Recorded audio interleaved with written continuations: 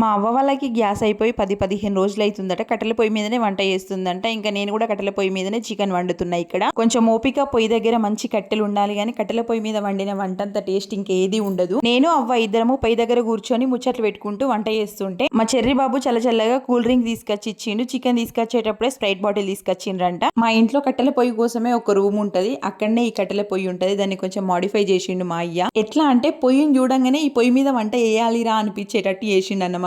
వాళ్ళిద్దరు మేము ముగ్గురి మొత్తం 5గురిమి కేజీ చికెన్ తీసుకొచ్చిండ్రు. మంచిగా వండిన చికెన్ చూస్తుంటేనే నోరు ఊరుతుంది కదా. ఈ చికెన్ చూసి తినాలనిపించిన వాళ్ళు ఇంతమంది ఖచ్చితంగా కామెంట్ చేయండి. ఈ వీడియోకి వండుతున్నప్పుడే గుమగుమ వాసన వచ్చింది. కాసేపు చల్లగా అయిన తర్వాతనే తిన్నాము. ముందుగా వాళ్ళందరికీ వడ్డించిన తర్వాత నేను కూడా తిన్నా. ఇలా అందరం ఒక దగ్గర కూర్చొని తింటే ఆనందమే వేరబ్బా. ప్రతిరోజు అవ్వ అయ్య ఇద్దరే ఉంటారు కదా, ఇలా మేము కనిపించినామంటే వాళ్ళ ఆనందానికి ఇంకా అవధులు ఉండవు అనుకోండి. మస్తు హ్యాపీగా ఫీల్ అవుతారు. మా ఇంటి దగ్గర నేను వంట చేయడం అనేది చాలా తక్కువ. ఎప్పుడైనా మా మమ్మీ చేస్తుంది. ఈసారి మా మమ్మీ రాలేదు కాబట్టి నేను చేయాల్సి వచ్చింది. నేను వండిన కర్రీ తిన్న మా అయ్య మస్తుందని చెప్తుండు. ఇలా అవ్వ వాళ్ళతో ఒక రోజు డిన్నర్ చేసి హ్యాపీగా గడిపినామన్నమాట. ఈ వీడియోని అసలు లైక్ చేయండి ప్లీజ్.